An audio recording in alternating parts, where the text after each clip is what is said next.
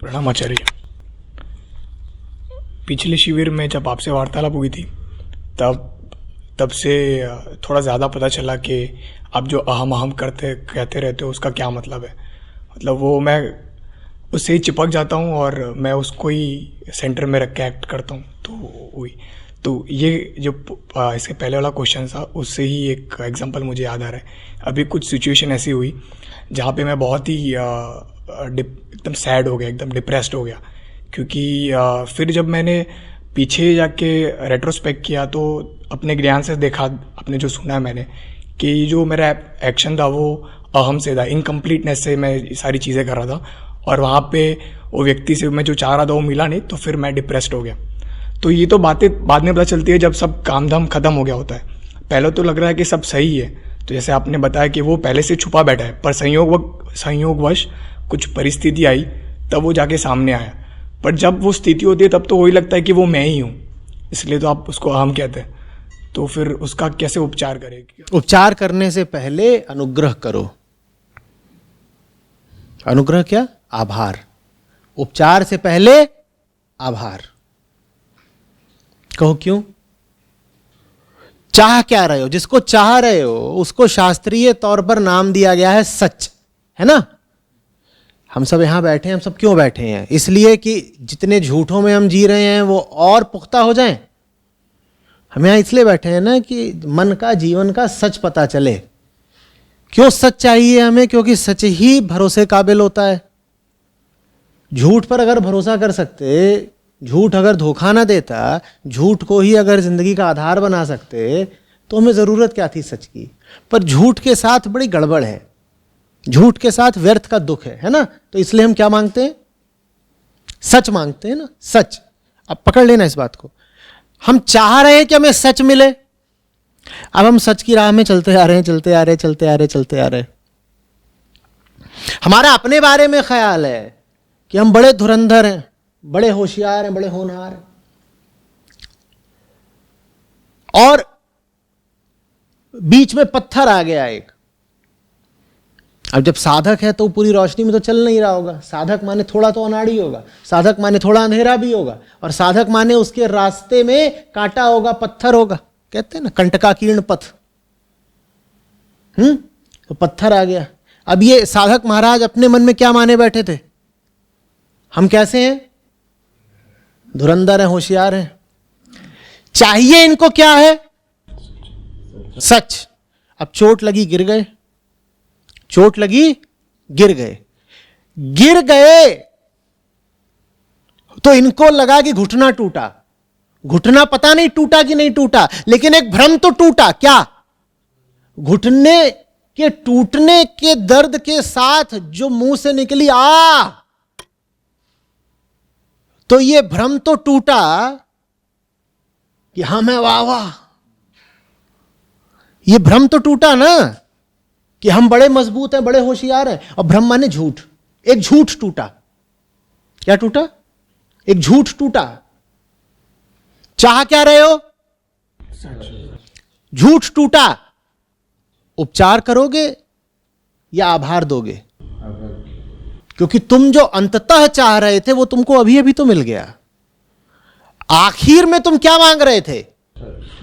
और लो, सच के दर्शन अभी हो गए। एक झूठ टूट गया। झूठ क्या था? हम बड़े धुरंधर हैं। जिस अहम को तुम कह रहे हो कभी कभी पकड़ लेते हो, वो अहम यही तो है जो जीवन के यथार्थ के सामने चोट खाता है, तिलमिलाता है।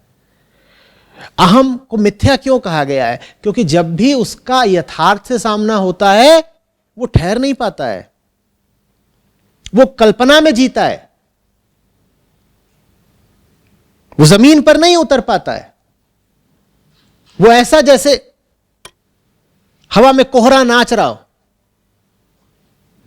बड़ी आकृतियां बन रही हो, पर दम नहीं है कुछ उनमें। हाथ बढ़ा के छुओ, कुछ हाथ नहीं आएगा। जिंदगी जब भी दर्द दे, तुम्हारी ओर से आभार उठना चाहिए। किसी ने तुम्हारी आंखों से पर्दा उठा दिया है।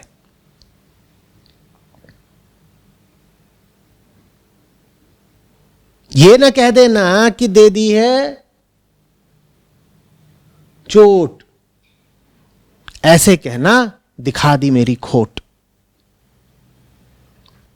पहले चोट आई या पहले तुम में खोट बैठी हुई थी? बोलो।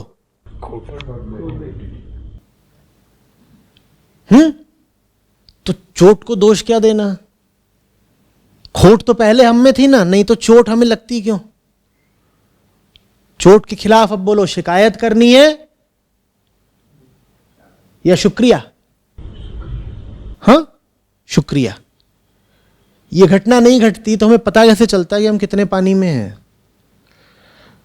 हां, यह घटना नहीं घटती तो हम बड़े मजे में अपने आप को गलत फहमी में रखे रहते कि हम ही बड़े धुरंधर हैं, हम ही बड़े धुरंधर हैं, हम ही बड़े धुरंधर हैं। अच्छा हुआ यह घटना घटी, आंखों पर से पट्टी हटी। याद रखना, ये तुम्हारी नैसर्गिक प्राकृतिक प्रतिक्रिया नहीं होने वाली। प्राकृतिक प्रतिक्रिया तो यही होगी कि अगर ये घटना नहीं घटती तो मैं झूठे ही सही पर अपने सुख और संतोष में रहा था ना। इस घटना के, चोट देने वाली इस घटना के घटने से ठीक पहले तक मेरी मनोस्थिति कैसी थी?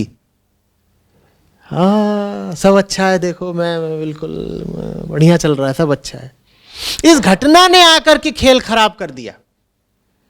इस घटना के होने के कारण मैं अपनी नजरों में गिर गया, खोट दिख गई। नहीं, यह प्राकृतिक प्रतिक्रिया है।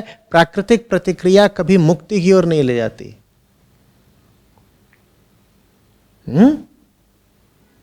तुम्हें इस प्रतिक्रिया से अलग होना है। हर चीज जो जीवन में कष्ट दे उसके प्रति अनुग्रहित रहना है। जीवन के कष्टों का ऐसा ही है, उनकी चाल उल्टी है। बुरा मानोगे वो तुमसे चिपके रहेंगे, और तुम कृतज्ञता जताओगे, कहोगे आइए आइए बैठिए, बड़ा एहसान है आपका, आइए बताइए चाय शरबत क्या लेंगे, थोड़ा नमकीन कुछ, तो कहेंगे ठीक, हम जा रहे हैं। वो ऐसे मेहमान है। जो उनको भगाता है उससे वो चिपक जाते हैं। कष्टों की बात कर रहे हैं हम। जो कष्टों को भगाता है उससे चिपक जाते हैं कष्ट। और जो कष्टों में आभार मानता है, कष्ट कहते हैं इसके साथ हमारा अब कोई काम नहीं, इसके साथ हमारा जो काम था वो पूरा हो गया, हम इसके पास आए थे, हम कष्ट हैं, हम इस व्यक्ति के पास आए थे इसे जीवन की कुछ सीख देने के लिए, इसने वो सीख ली, अब हमारा इसके साथ कोई काम नहीं, अब हम जा रहे हैं। अब हम किसके पास जा रहे हैं? किसी ऐसे के पास जिसने अभी सीख पढ़ी नहीं। हम उसके पास जाएंगे, उसे सताएंगे, रुलाएंगे, कोचेंगे, और जितना हम उसको परेशान करेंगे उतना वो प्रार्थना करेगा, अरे भगवान कष्टों से बचा, कष्टों से बचा। और भगवान कहेंगे पागल, कष्ट के रूप में मैं ही तो आया हूं। और तुम भले ये कह रहे हो कि कष्टों को दूर करो, भगवान का तुमसे कोई दूर होने का इरादा नहीं। तुम दूर करोगे और पास आएंगे। बात आ रही है? और कोई तरीका है आपके पास ये जानने का कि आपका घड़ा कच्चा है या पक्का? बताइए, बोलिए। जब तक उस पर जिंदगी के धचके न लगें तब तक पता चल सकता है। दो घड़े हों और दोनों की एक सी लिपाई पुताई कर दी गई हो, कुछ पता लगेगा उनका कौन सा कच्चा कौन सा पक्का? बोलो। और कच्चे घड़े के साथ क्या दिक्कत है?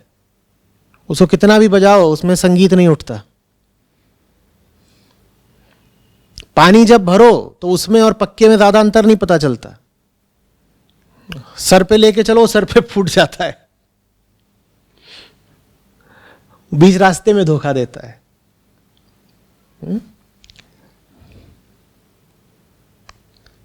आ रही बात समझ में?